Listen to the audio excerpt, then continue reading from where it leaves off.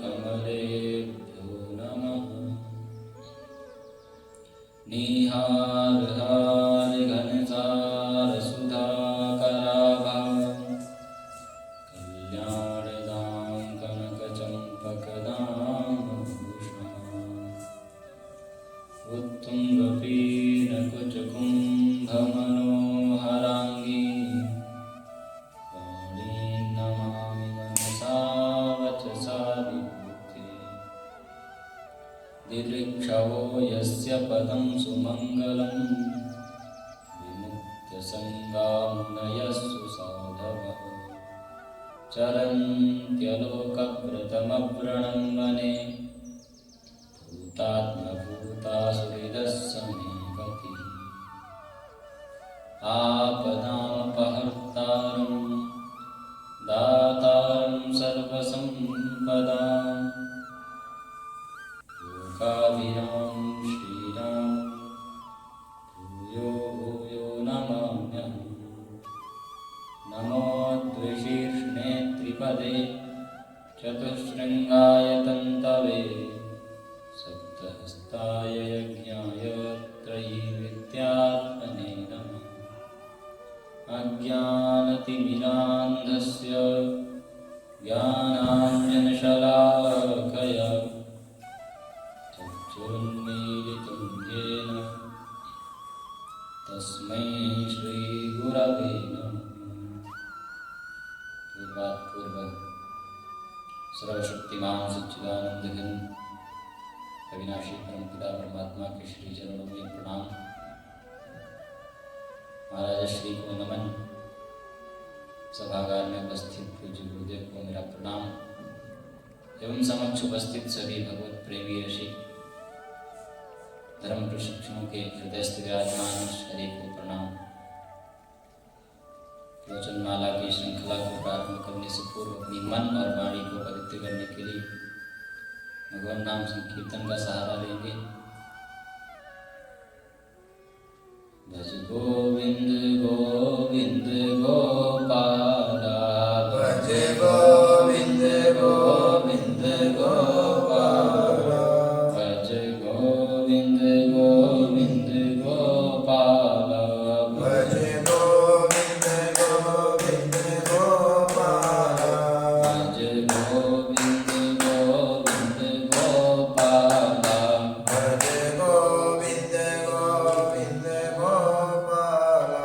मेरा मुरली मनोहर नंद लाला मेरा मुरली मनोहर नंद लाला भज गोविंद गोविंद गोपाला भज गोविंद गोविंद गोपाला भज गोविंद गोविंद गोपाला भज गोविंद गोविंद गोपाला भज गोविंद गोविंद गोपाला भज गोविंद गोविंद गोपाला।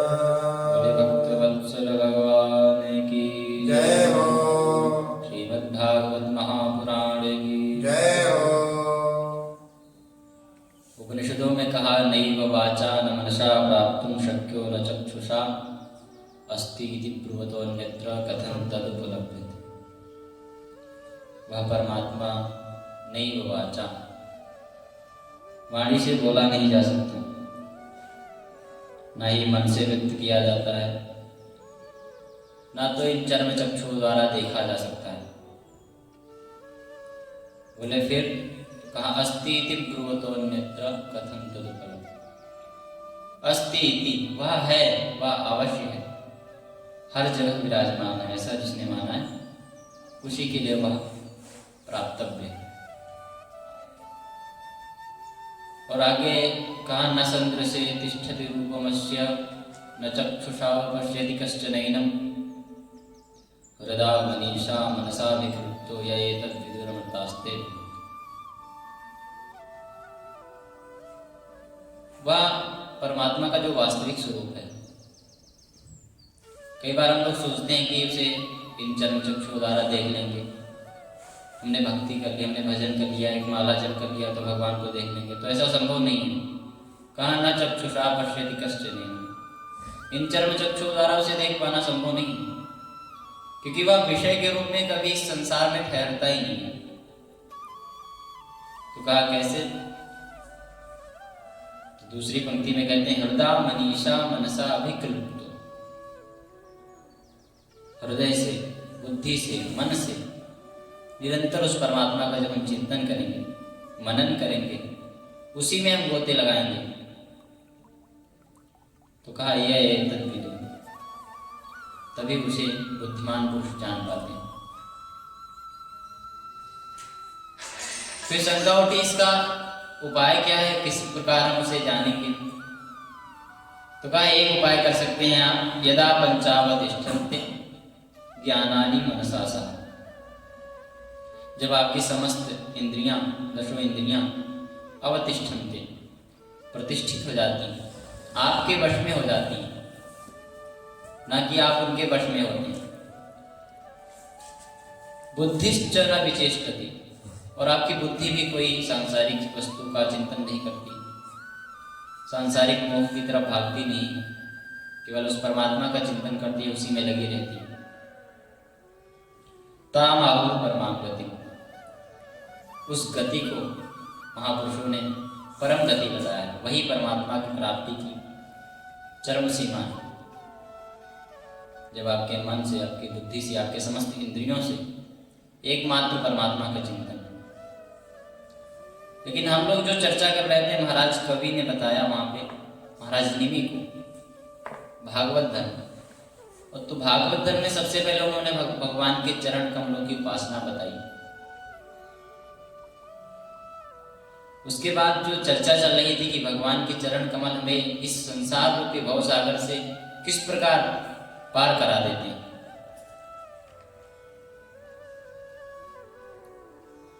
भगवान एक नौका के समान है, और यह संसारी जीव जो है लोहे की कील की भांति इस संसार में डूब जाता है, लेकिन जब वही कील भगवान रूपी नौका से जुड़ जाती है तो वह अनायासी इस संसार रूपी भव सागर से पार कर जाता है। और कहा भी गया कि सादर सुमिरन जे नर करही, भव बारिधि गोपदि उतरी।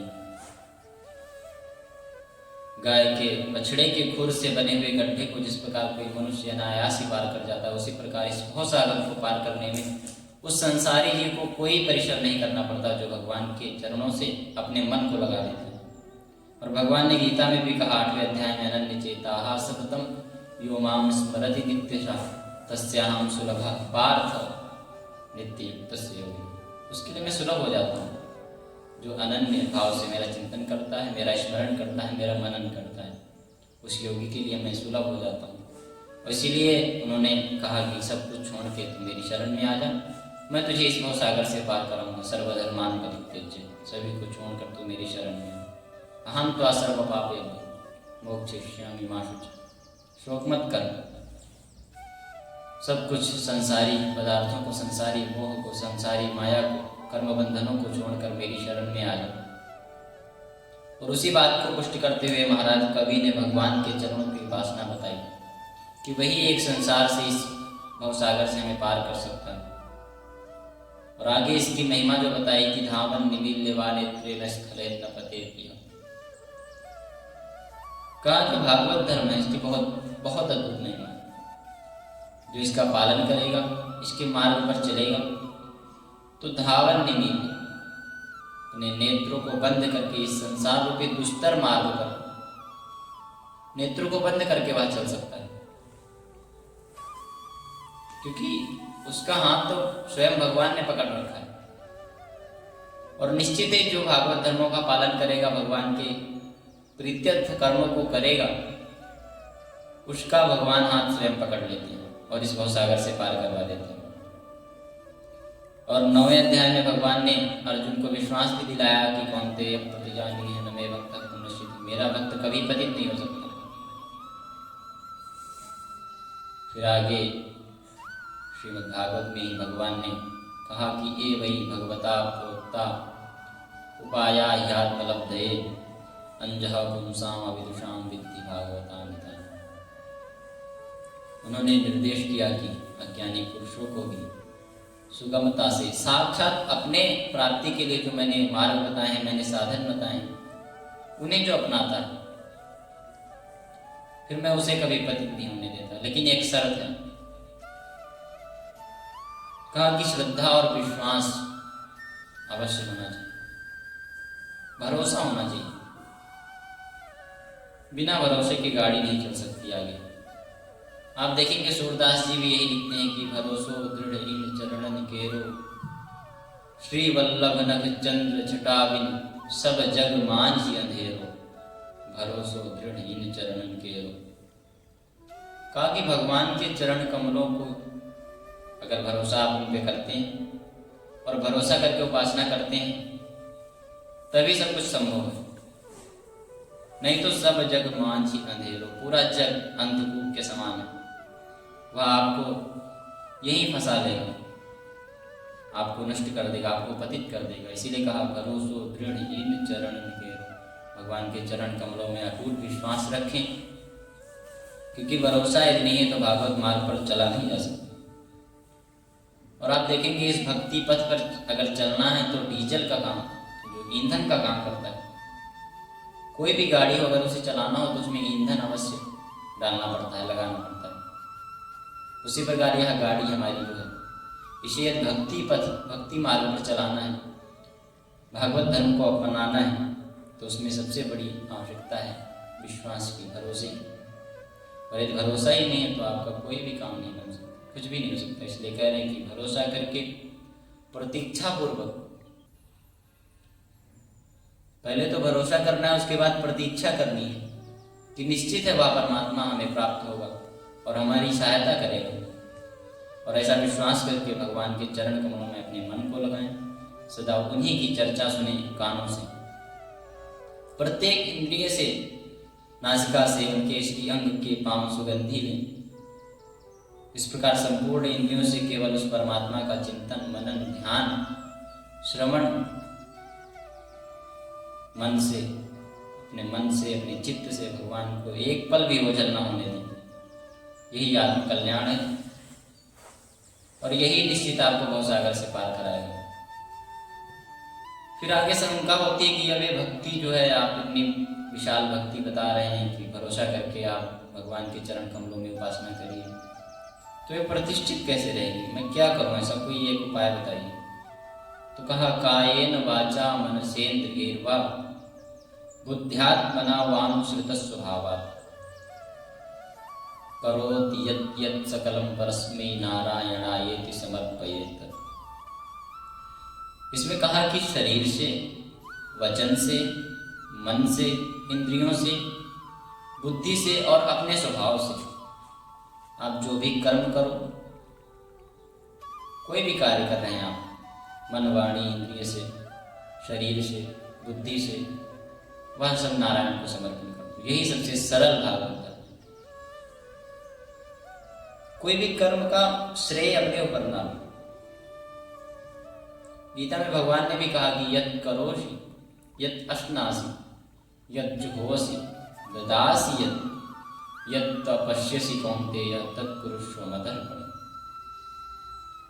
कहा कि जो भी खा रहे हो, जो भी कर्म कर रहे हो, जो यज्ञ, दान, तप आदि श्रेष्ठ कर्म कर रहे हो, वह सब मुझे अर्पण करो। अब यह सब अर्पित कैसे करें? तो कहा कि हमें यह विश्वास करना होगा कि हम जो भी कर्म कर रहे हैं, कोई भी कार्य कर रहे हैं, छोटा बड़ा, सांसारिक कार्य है या धार्मिक कार्य है, उसके मूल में हमें भगवान को देखना है। ऐसा सोचना है कि नारायण में केवल भगवान है। और अंत में यही करना है, यस्य स्मृत्या च नामोक्त्या तपोयज्ञक्रियादिषु न्यूनं संपूर्ण कामयाति शुद्धि। सब भगवान को समर्पित कर देना है।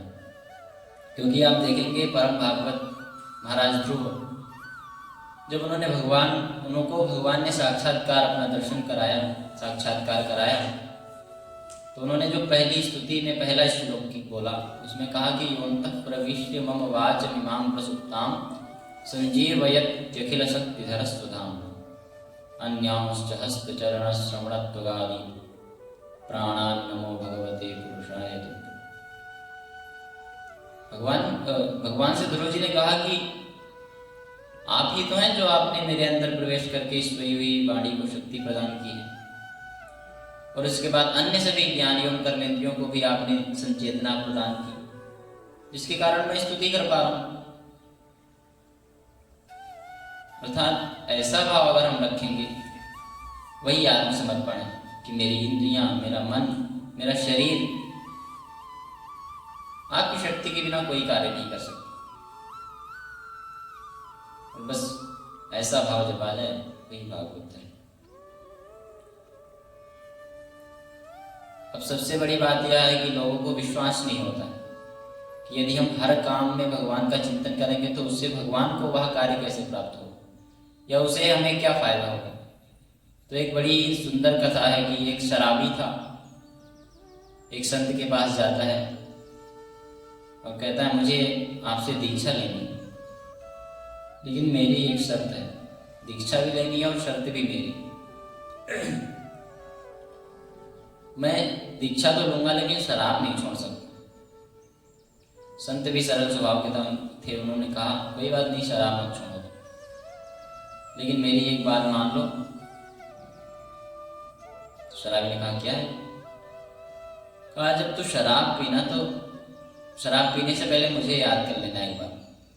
जब कभी भी पीना, जो आप टाइम हो तुम्हारा, जिस टाइम पीते हो उस टाइम मुझे याद कर लेना। बोला ठीक है, इसमें क्या दिक्कत? शराब पीने से पहले आपको याद कर लें। ठीक है, आज शाम को वह पहुंचा शराब के ठेका पे, उसने शराब खरीदी। उसे याद आया कि गुरुजी ने कहा था, संत ने कहा था कि शराब पीने से पहले मुझे याद कर लेना है।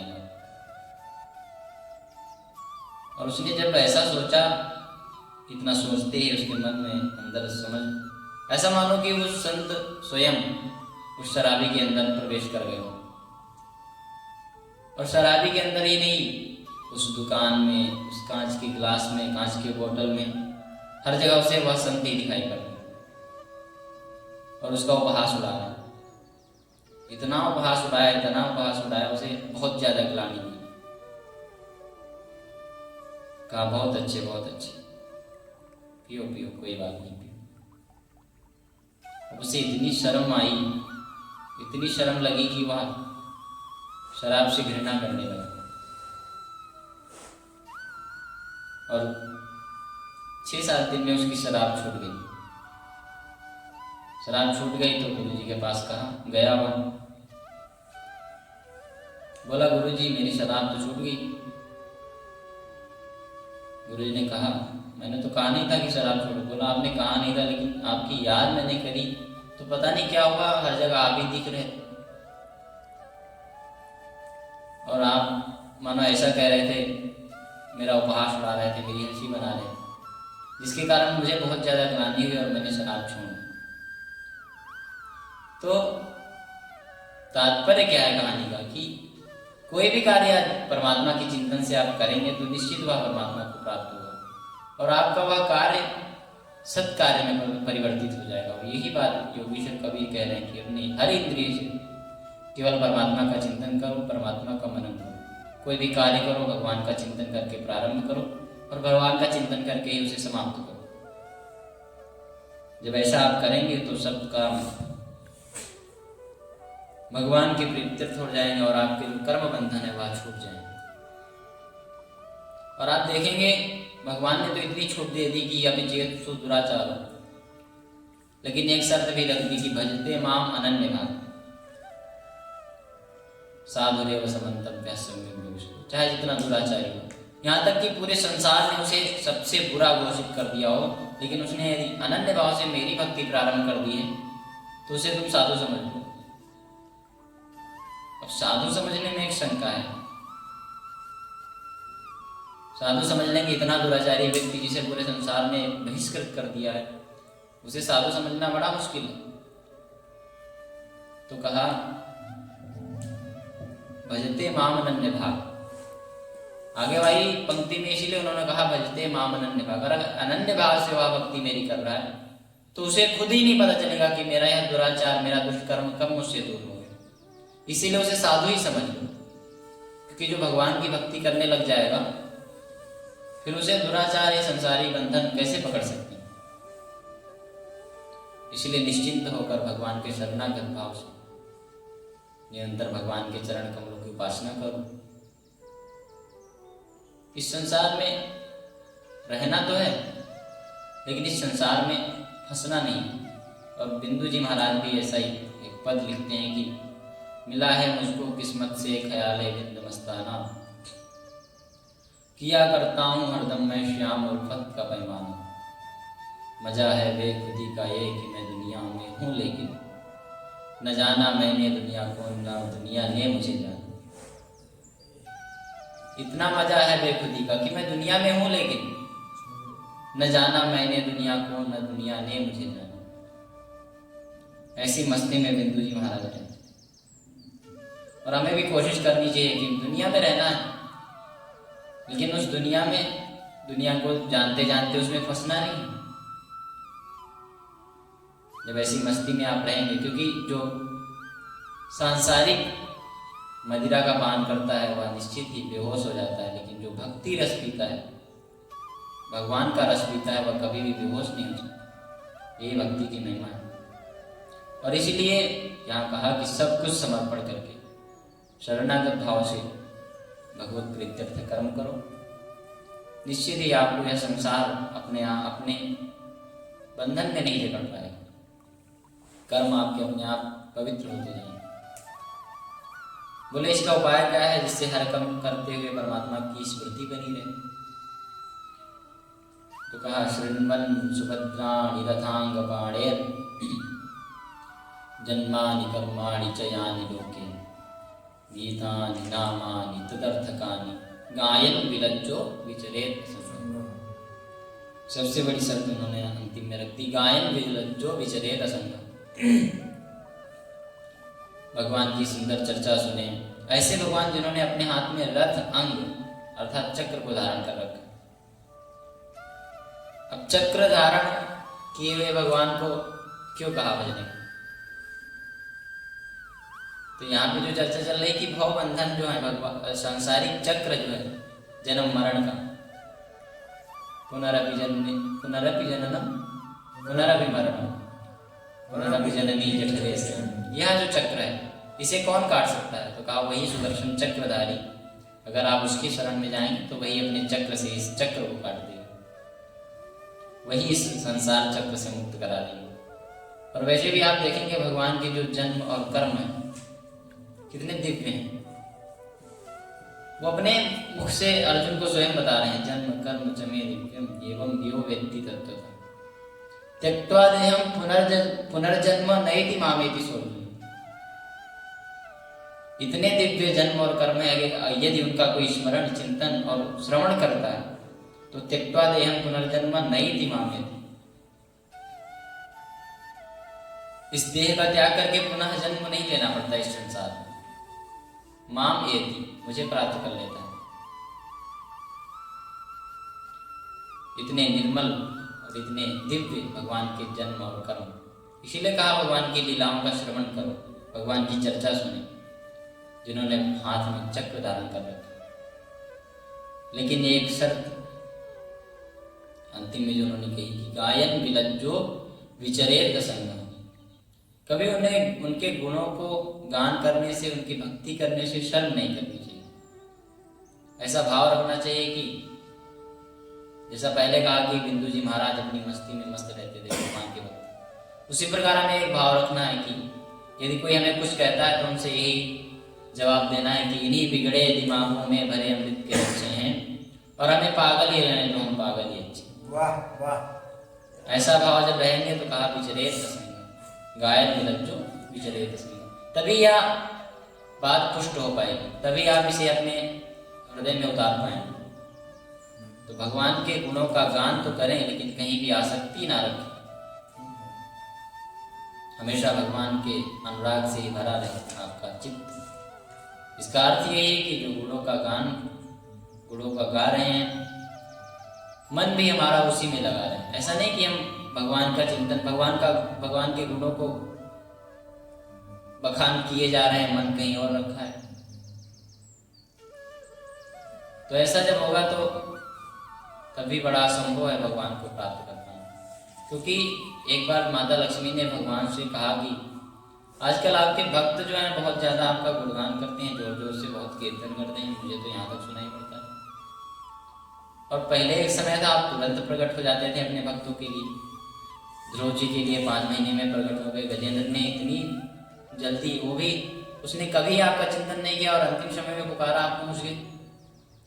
लेकिन आजकल जो भक्त हैं वह इतना जोर शोर से आपका गायन करते हैं, आपका चिंतन करते हैं, भजन कर रहे हैं, लेकिन आप कहीं प्रकट नहीं होते। तो मुझे इसका उत्तर चाहिए, आप जाते क्यों नहीं? भगवान ने कहा वो कीर्तन तो हमारे नाम का करते हैं, लेकिन दिन रात रो आपके लिए। लेकिन तो फिर अब जो कीर्तन मेरे नाम का कर रहा है, रो किसी और के लिए रहा है, फिर मैं क्यों जाऊं उसके पास? अर्थात ये राग नहीं होना चाहिए कि कुछ मुझे मिल जाए। यदि ऐसा राग होगा तो भगवान निश्चित ही हमें नहीं प्राप्त होंगे। इसीलिए भगवान ने लक्ष्मी से कहा वह आपका चिंतन हित करेंगे, आपके लिए अगर वो रोएंगे तो मैं कैसे प्रकट हो पाऊंगा। तो बस यही रहना चाहिए कि हमारे अंदर कोई कामना ना हो, कोई राग ना हो, कोई आसक्ति ना हो। तो इससे क्या होगा? आगे श्लोक में कहा कि भक्ति परेशान हो।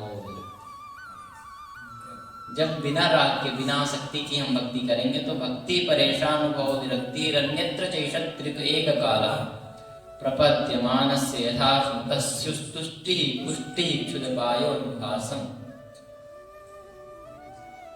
जब ऐसी भक्ति करेंगे आसक्ति से रहित, तो 3 चीजें एक साथ प्राप्त होंगी। जैसे भोजन के प्रत्येक ग्रास में तुष्टि अर्थात सुख, पुष्टि अर्थात जीवनी शक्ति, और अंतिम तीसरी चीज क्षुधा निवृत्ति, हमारी भूख शांत हो जाती है।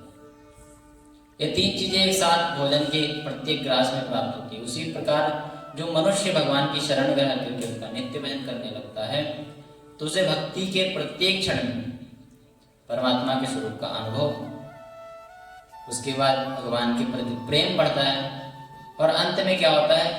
इस संसार के बंधनों से वैराग्य, संसार के सांसारिक भोगों से, सांसारिक वस्तुओं से उसका स्वतः वैराग्य हो जाता है। इसलिए उन्होंने कहा कि आसक्ति से रहित भक्ति करो, राग से रहित भक्ति करो, और जो इनका पालन करता है धन्य ऐसे भक्त। और यही भागवत धर्मों का उपदेश महाराज कवि ने उनको, महाराज निमि को दिया। सबसे पहले उन्होंने भगवान के चरण कमलों की उपासना बताई, उसके बाद उसमें दृढ़ विश्वास कैसे हो उसकी महिमा बताई। धावन्य मील्यवा नेत्रे। उसके बाद उन्होंने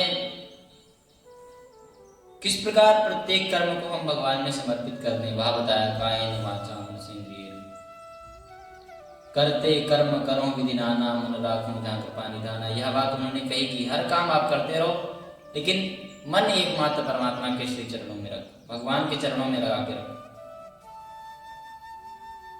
ऐसा चिंतन कैसे बना रहे उसके लिए उन्होंने कहा भगवान की लीलाओं को, कथाओं को श्रवण करो, भगवान की चर्चा को सुनो, और उसके बाद क्या प्राप्त होगा उसकी फलश्रुति बताई कि भक्ति परेशान अनुभव व्यक्ति अन्यत्र चैषत्रिक एक काला।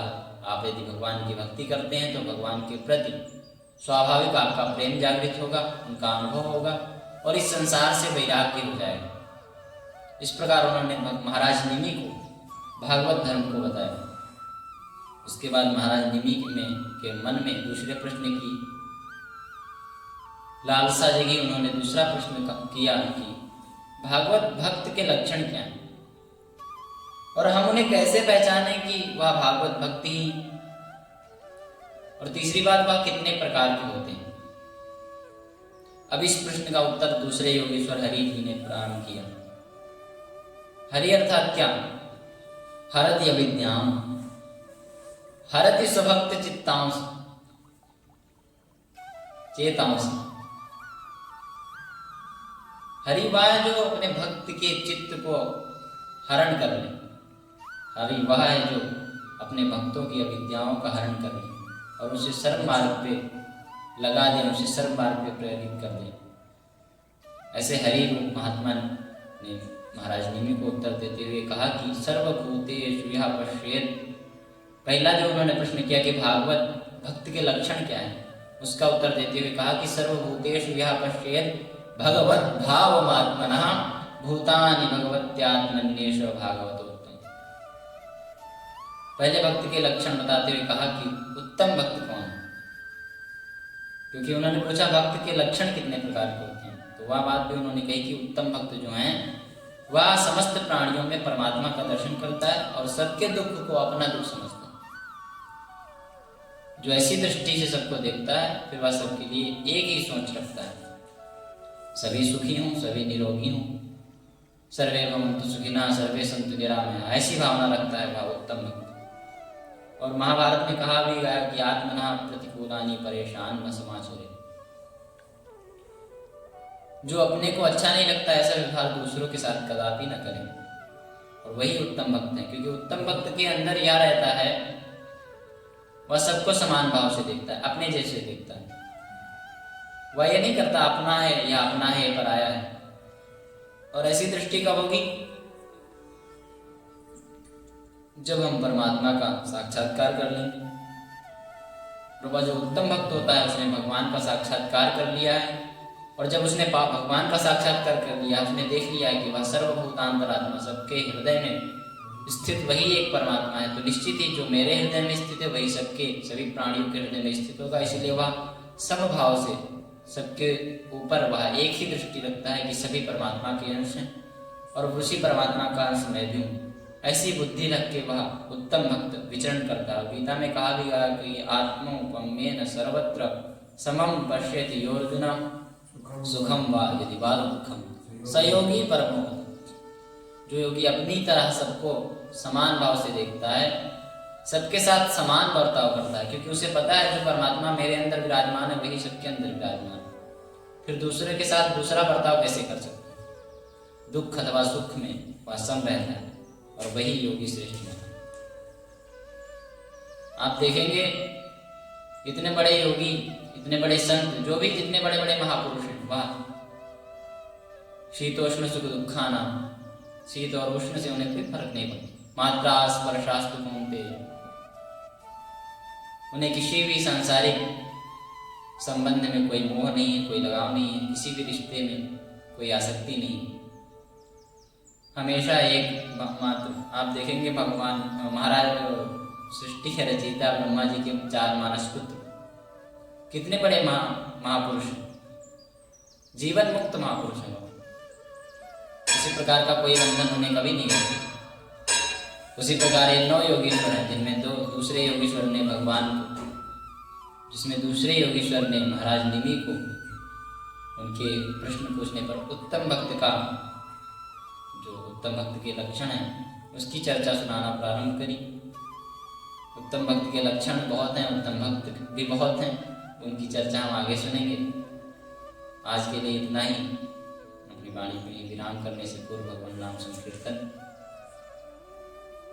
गोविंद बोलो हरि गोपाल बोलो, गोविंद बोलो हरि गोपाल बोलो, गोविंद बोलो हरि गोपाल बोलो, गोविंद बोलो हरि गोपाल बोलो, गोविंद बोलो हरि गोपाल बोलो, गोविंद बोलो हरि गोपाल बोलो,